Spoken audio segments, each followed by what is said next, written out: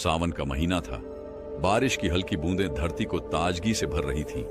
चारों ओर हरियाली फैली हुई थी और गांव के लोग अपने रोजमर्रा के कामों में व्यस्त थे। इस मौसम में गौतम बुद्ध अपने शिष्यों के साथ पास के एक गांव में प्रवास कर रहे थे। बुद्ध हर दिन सुबह सुबह गांव के चौराहे पर बैठते और वहां आने वाले लोगों को जीवन की गहरी शिक्षाएं देते। उनके शब्द जैसे जल की शीतल धारा लोगों के मन को शांत कर देते थे। गांव में बुद्ध की ख्याति बढ़ती जा रही थी।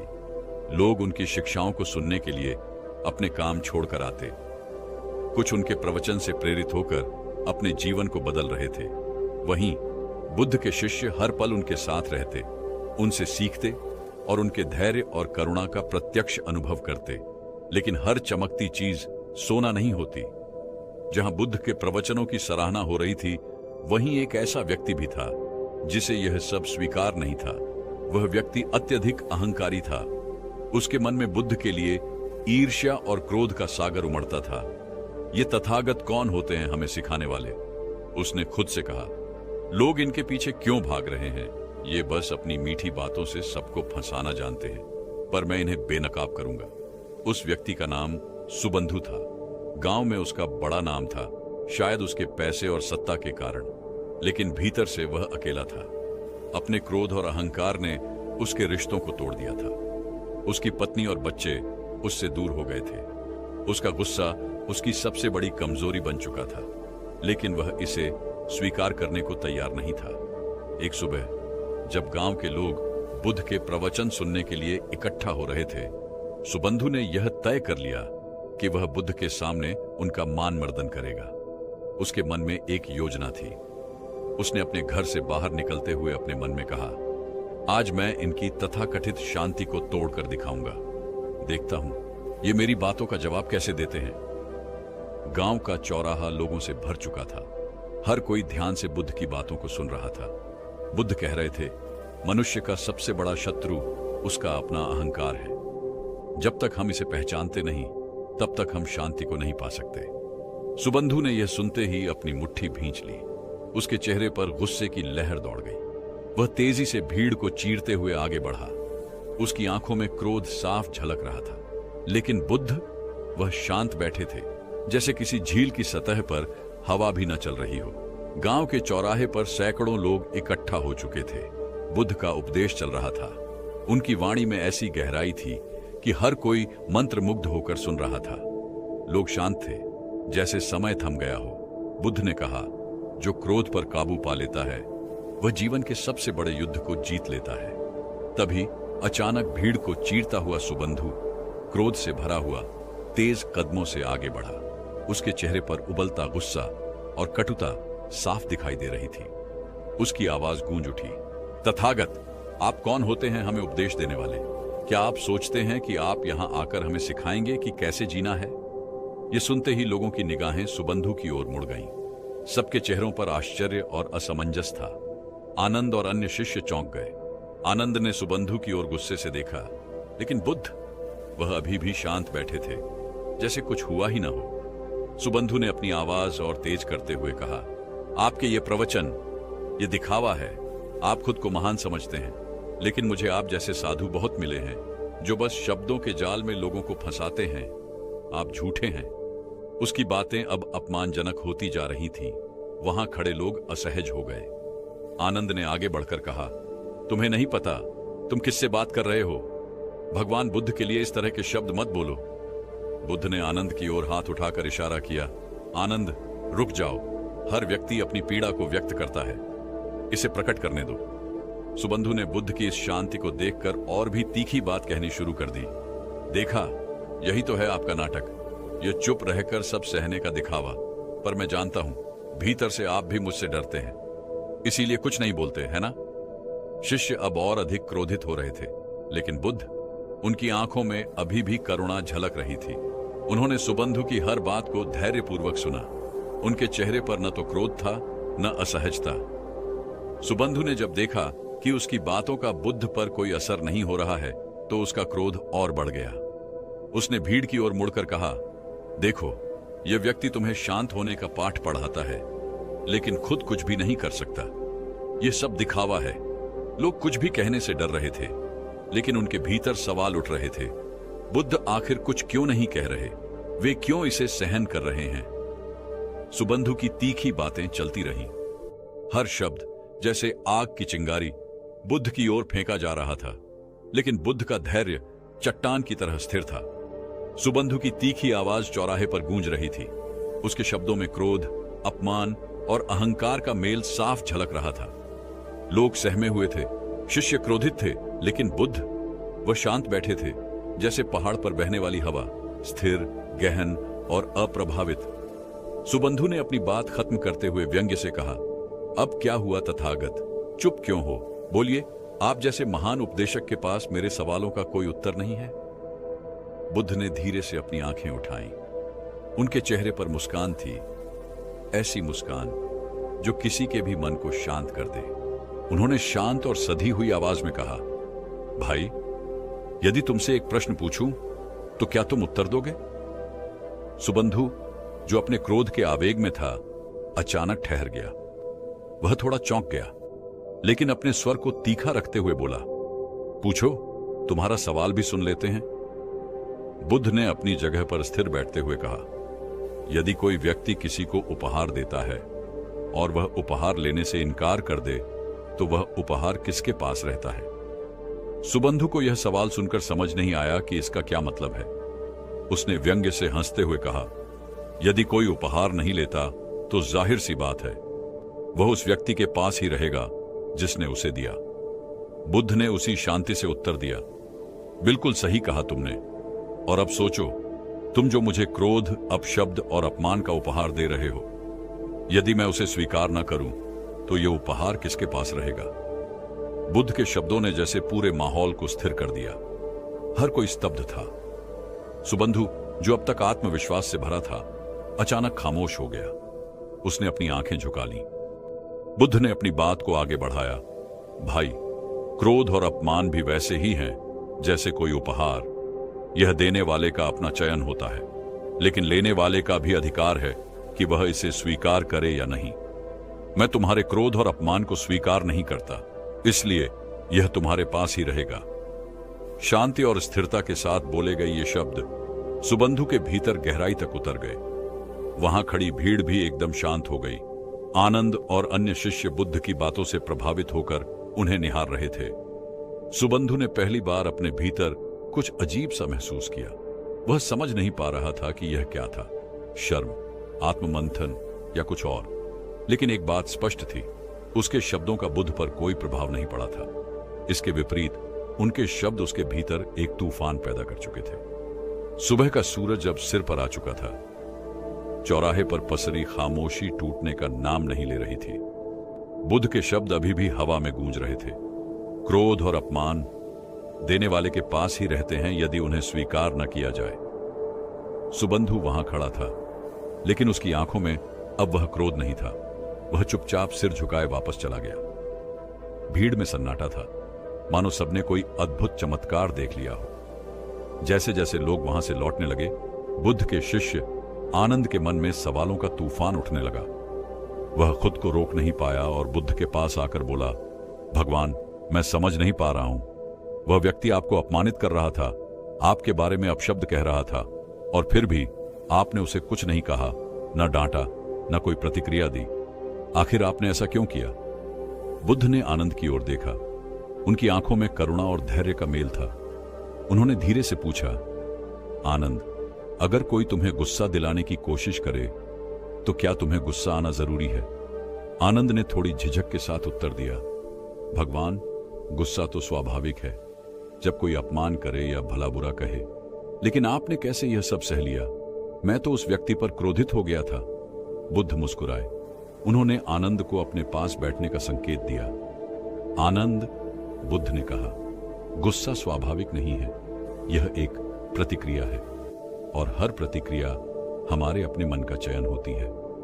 अगर मैं सुबंधु की बातों पर गुस्सा करता तो मैं उसकी तरह हो जाता।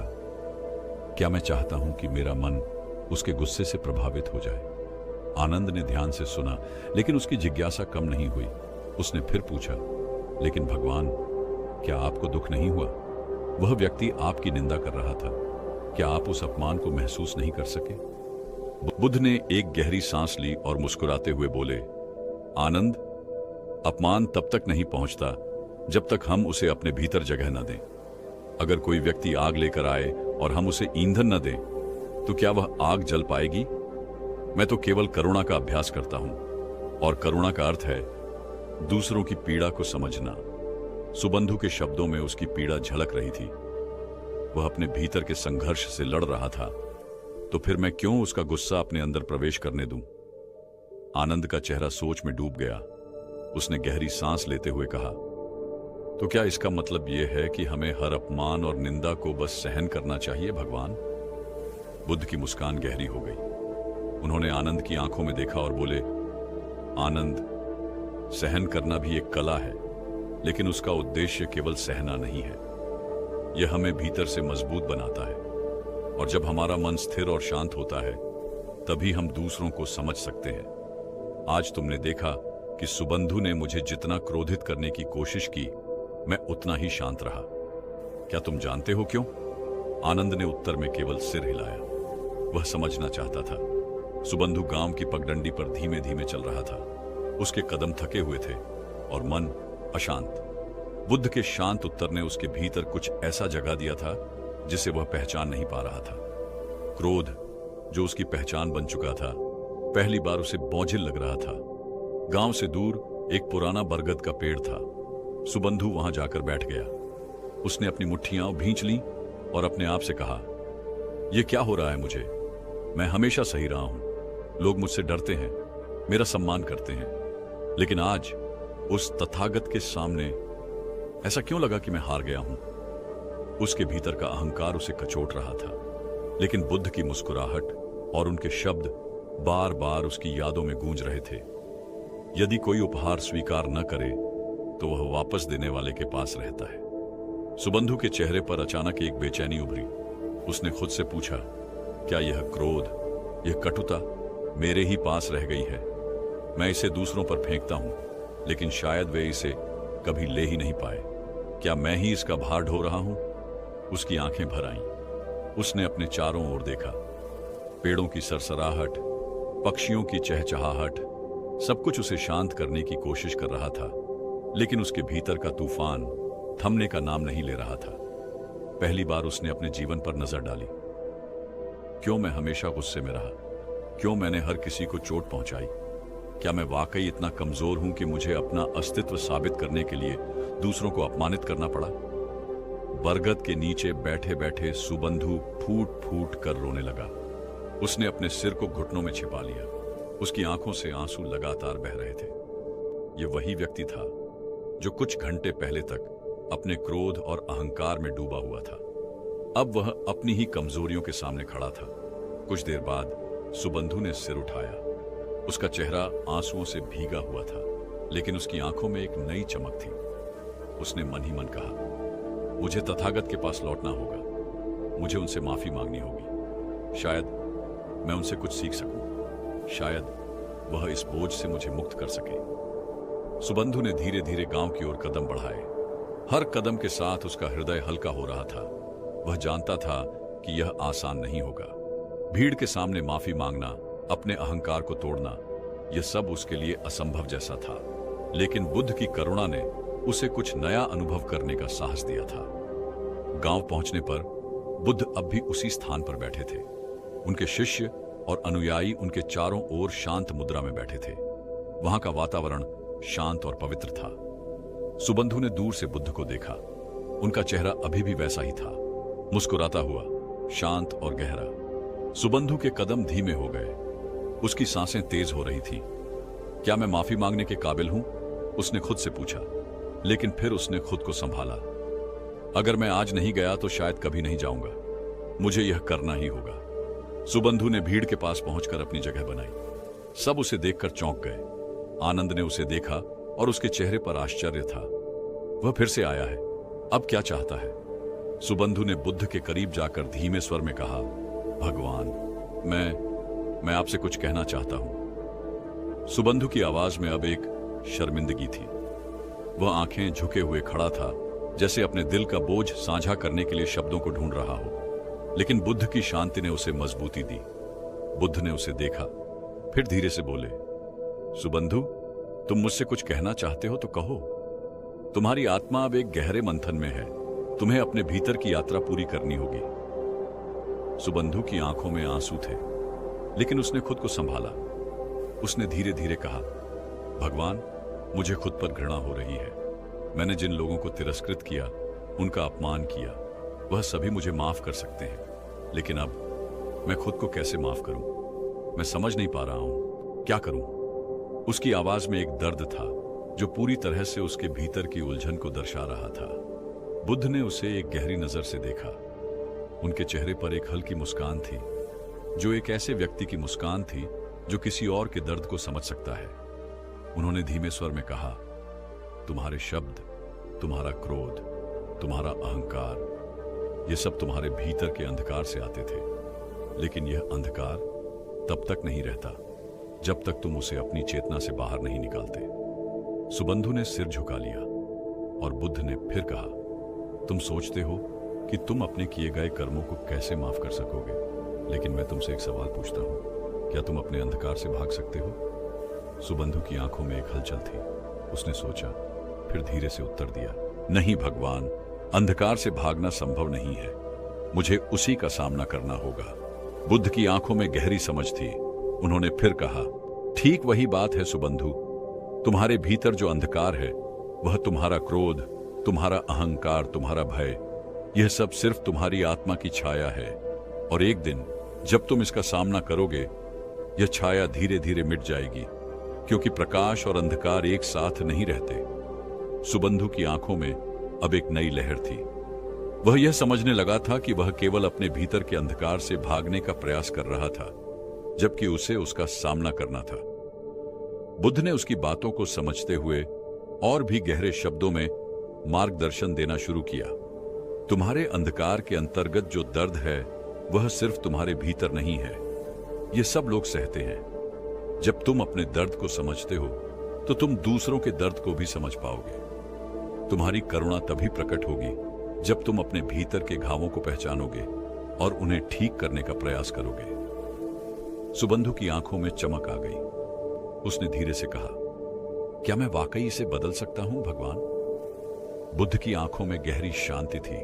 उन्होंने उसे संबोधित करते हुए कहा, यह परिवर्तन तुम्हारे भीतर ही है सुबंधु। तुम अपने विचारों, अपनी क्रियाओं और अपने दृष्टिकोण को बदलने से शुरुआत कर सकते हो। परिवर्तन हमेशा भीतर से आता है। जब तुम स्वयं को बदलोगे, तो तुम्हारे आसपास का संसार भी बदल जाएगा। सुबंधु ने एक गहरी सांस ली, और जैसे ही बुद्ध की बातों ने उसे आत्मविश्वास दिया, उसने महसूस किया कि वह सच में कुछ बदल सकता है। वह अब अपने भीतर की जंग जीतने के लिए तैयार था। सुबंधु ने बुद्ध की उपदेशों को अपने दिल में पूरी तरह से उतार लिया था। वह यह समझ चुका था कि उसका असली शत्रु बाहर नहीं, बल्कि उसके भीतर था। उसका अहंकार, उसका क्रोध और उसकी नफरत। बुद्ध के मार्गदर्शन ने उसे आत्म मंथन के लिए प्रेरित किया था, और अब वह अपने जीवन में एक नई शुरुआत करने के लिए तैयार था। कुछ दिनों तक सुबंधु ने अपनी दिनचर्या को पूरी तरह से बदल दिया था। वह पहले की तरह गुस्से में नहीं आता था। अपने भीतर की अशांति और घृणा को वह अब शांति और सहानुभूति से बदलने की कोशिश कर रहा था। एक दिन जब सुबंधु गांव के बाजार से गुजर रहा था, उसे एक छोटा बच्चा दिखा जो एक टूटे हुए बर्तन के साथ बैठा था। बच्चा घबराया हुआ था, उसकी आंखों में डर था। सुबंधु ने उसके पास जाकर पूछा, क्या हुआ? तुम डर क्यों रहे हो? बच्चे ने कांपते हुए कहा, मुझे बर्तन को ठीक करना था, लेकिन मैं इसे और भी तोड़ बैठा। अब मुझे डर है कि लोग मुझे डांटेंगे। सुबंधु ने बच्चे की आंखों में देखा, और उसे पहली बार महसूस हुआ कि यह बच्चा उस दर्द का सामना कर रहा था जो कभी वह खुद महसूस करता था। वह बच्चा भी अपमानित होने और अपने किए गए गलतियों के लिए डर रहा था, ठीक जैसे सुबंधु कभी अपनी क्रोध की वजह से डरता था। सुबंधु ने धीरे से बच्चे को अपने पास खींचा और कहा, देखो, हर कोई कभी न कभी गलती करता है। यह बर्तन टूटना कोई बड़ी बात नहीं है। असली बात यह है कि हम अपनी गलती से क्या सीखते हैं। यह सुनकर बच्चा थोड़ा शांत हुआ, और सुबंधु के शब्दों ने उसे कुछ आश्वस्त किया। सुबंधु की आवाज में वह सच्ची करुणा थी जो बुद्ध के उपदेशों का परिणाम थी। सुबंधु के भीतर एक अद्भुत बदलाव आ चुका था। पहले वह किसी की कमजोरी का मजाक उड़ाता था, लेकिन अब वह दूसरों के दर्द को समझने लगा था। वह किसी के प्रति क्रोध नहीं रखता था, बल्कि अब वह हर व्यक्ति में करुणा और समझ देखने लगा था। वह धीरे धीरे बदलता जा रहा था। अब वह एक नई सोच के साथ हर स्थिति का सामना करने लगा था। अब उसे खुद से नफरत नहीं थी, बल्कि वह खुद को स्वीकार करने और सुधारने की कोशिश कर रहा था। कुछ दिन बाद गांव में एक और घटना घटी। गांव के एक बुजुर्ग व्यक्ति को कोई समस्या हो गई थी और कुछ लोग उसकी मदद करने के बजाय उसे हिकारत की नजरों से देख रहे थे। सुबंधु ने यह देखा और बिना किसी संकोच के उस बुजुर्ग के पास गया। उसने उनकी मदद की और सभी को दिखा दिया कि कैसे एक व्यक्ति का हृदय बड़ा हो सकता है अगर वह खुद को समझे और दूसरों की मदद करने का अवसर दे। गांव के लोग अब सुबंधु को एक नए रूप में देख रहे थे।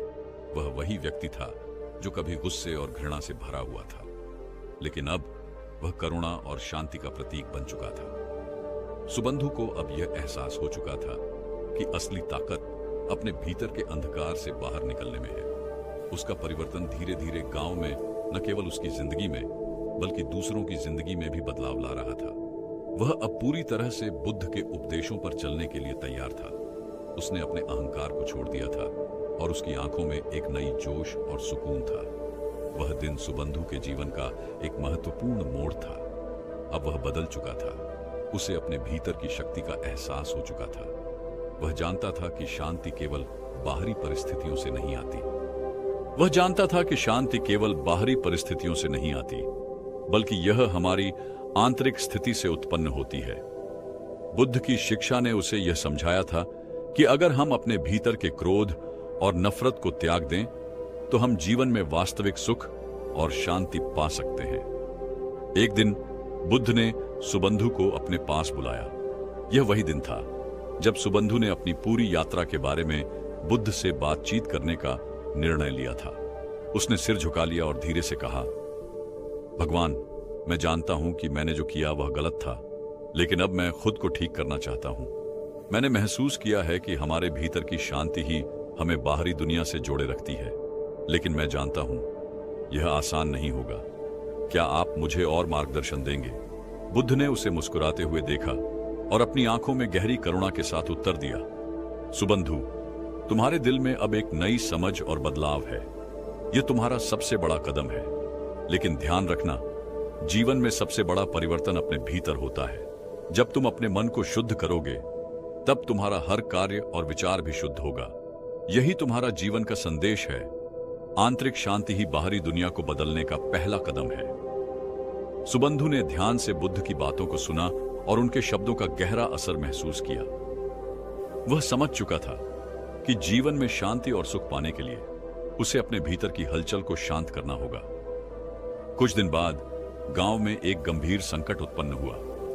एक बड़ी बारिश ने फसल को नष्ट कर दिया था और किसान और उनके परिवार बुरी तरह प्रभावित हुए थे। गांव में बहुत घबराहट थी।